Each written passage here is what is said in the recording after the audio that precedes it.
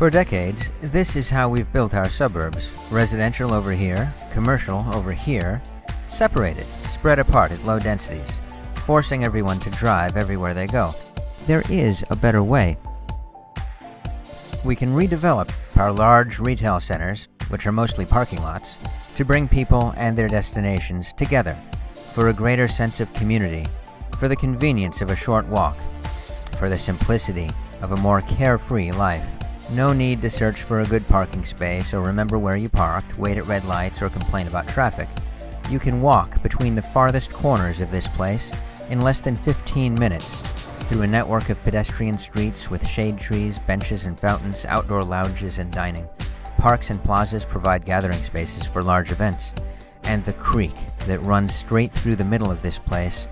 Today it's behind the shopping centers, it's where the loading docks are. But it can be fully restored as natural, tranquil wildlife habitat, the centerpiece of the neighborhood's open spaces, lined with restaurants and cafes on a broad promenade. Altogether, this new neighborhood has 66% more ground floor commercial space than the shopping centers it replaces. We don't see any loading docks or delivery trucks on these streets because the whole district receives deliveries at 2 points. Packages and cargo are then distributed to all the buildings through small underground tunnels. The second and third floors of each building have offices that serve the public, like medical and dental offices, and offices where people just go to work. So if you live here, your commute can be a quick walk, invigorating exercise, with many options to stop for breakfast on the way or to run errands on your way home. 2 buildings have office space all the way up.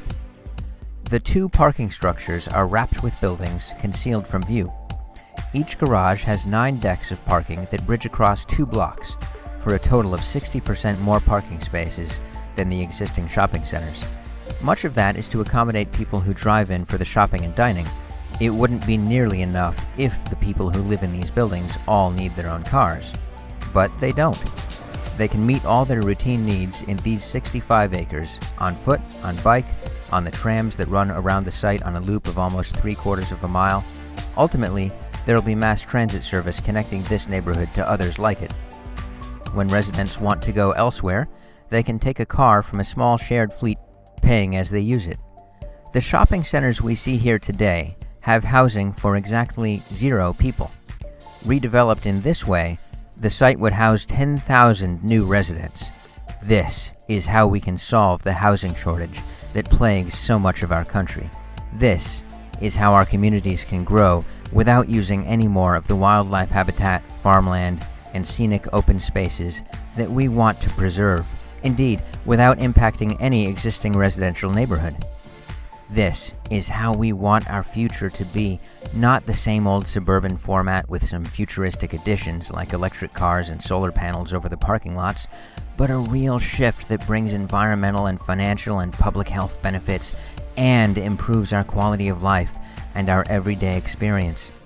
To the campaign signs that say sink all traffic lights, let's say eliminate all traffic lights and all cars in neighborhoods like this. There is a better way. This is an idea that we can all get behind, even, or especially, opponents of conventional suburban development. Let's turn places that annoy and bore people into places where people want to be.